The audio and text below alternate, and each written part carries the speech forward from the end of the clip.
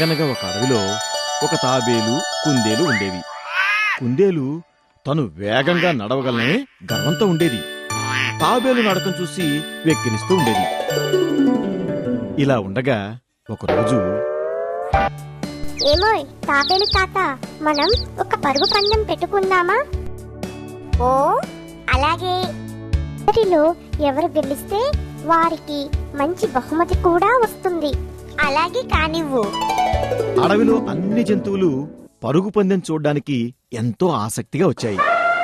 ఇక్కడ నుండి దూరంగా కనిపించే కొండను ఎవరు ముందు చేరుకుంటారో వారు గెలిచినట్టు. అలాగే. పందెం మొదలైంది.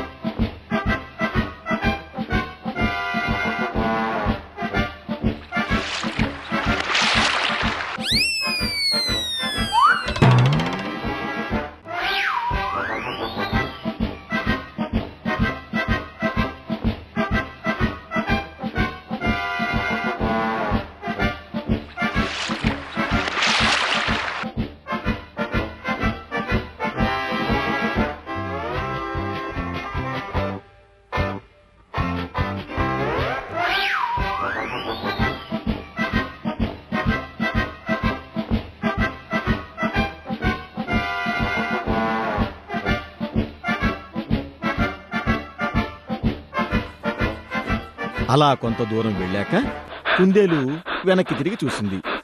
తాబేలు దగ్గరలో ఎక్కడా కనిపించలేదు. ఈ తాబేలు ఇప్పుడప్పుడే రాదులే, కాసేపు విశ్రాంతి తీసుకుంటాను.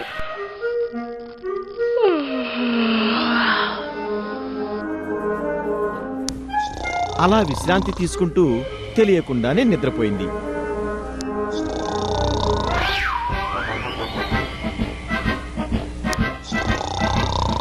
తాబేలు నెమ్మదిగా కుందేలుని సమీపించి చప్పుడు చేయకుండా దాటుకుంటూ ముందుకు సాగిపోయింది.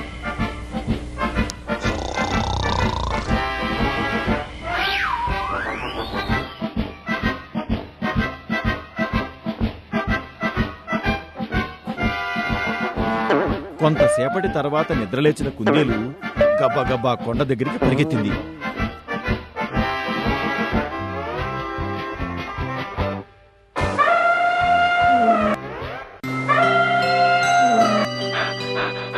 అప్పటికే అక్కడికి చేరుకున్న తాబేలును చూసి, మిత్రమా క్షమించు, నువ్వే గెలిచావు.